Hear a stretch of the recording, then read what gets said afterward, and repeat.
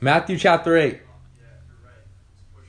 When he came down from the mountain, great crowds followed him. So Jesus is now coming down from the mountain.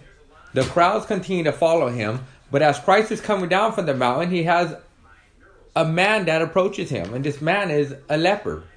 He's considered unclean. He's considered defiled. He's considered dead. He couldn't approach a person. He had to be at least 6 feet away from a person, this leopard, and his clothes would be torn. He would have to have his hair grown out, and he would have to walk through saying, unclean, unclean, to allow others to know of his condition. This leopard was judged dead by those who were alive. He had to wear black garments because he's been judged dead. And he was taught, or many were taught, children and all that this man was polluted. And then as Jesus is coming down the mountain, there's a centurion who approaches Jesus, and he's asking Jesus to heal his servant. There's cultural differences here.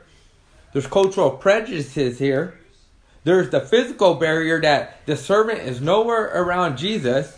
And then there's the spiritual barrier that these people are considered lost, or they're labeled as enemies to God. And yet, in both cases, Jesus responds because of their faith. In both cases, both men approached Jesus and cried out, Lord, recognizing the authority and the lordship of Jesus Christ. And that's not even to say in today's reading, the paralytic. The friends who got the man and opened up the roof and let down his bed so that he can be healed. And yet more than that, Jesus saved him. Persistence. Think about it as you read today's reading.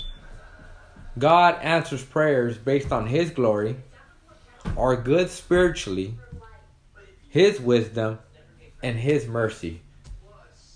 We can rest assured of an almighty, omnipotent, all-present, and all-knowing God, that he answers according to his own good and not ours.